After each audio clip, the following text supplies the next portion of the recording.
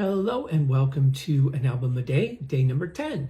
Thank you guys for joining me so far. Thanks for all the likes. I really appreciate it. I'm glad that you're enjoying this walk through my vinyl collection.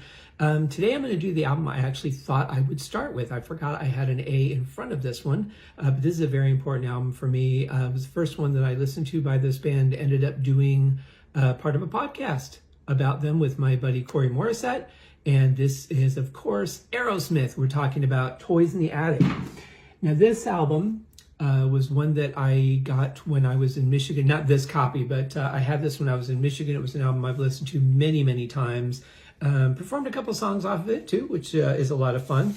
The album cover itself is not in the greatest condition. There's some obvious ring wear, some serious ring wear on the back. Especially on the bottom, so I can't read that wording, which may be important. It looks like this version, the Columbia version, is either from the first pressing in 1975 or a repressing in 1976.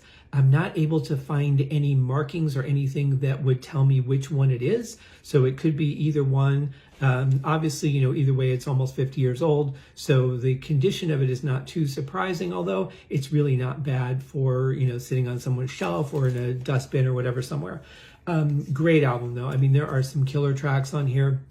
Pretty much everything is a winner on this album for me, except probably, I would say, Big 10-inch Record. That's one that I don't really listen to a lot. It's like, once you get the joke, it's, I'm not 14 anymore, so that one doesn't fly with me as well. The music is still good. It's a nice shuffle, but songs like No More, No More, Round and Round, You See Me Crying, I mean, just some amazing songs on this album. So it's definitely one that is well worth checking out. And if you would like to check out the podcast that Corey and I did at one point, John Mariano was also on that podcast.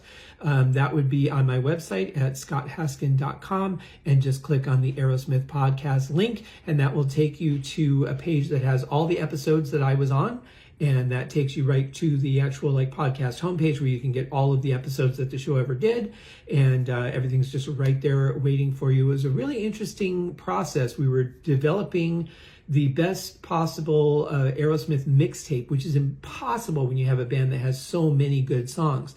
But I think we're pretty happy with the final mixtape. We didn't cover all the songs, but we got through a good chunk of it. And I think the mixtape that we ended up with would be great if someone said, hey, I'm interested in getting into Aerosmith. I don't know anything about them. What songs would you recommend me listening to? Here's your mixtape. Here's your playlist, however you want to look at it, because we weren't actually dubbing cassettes.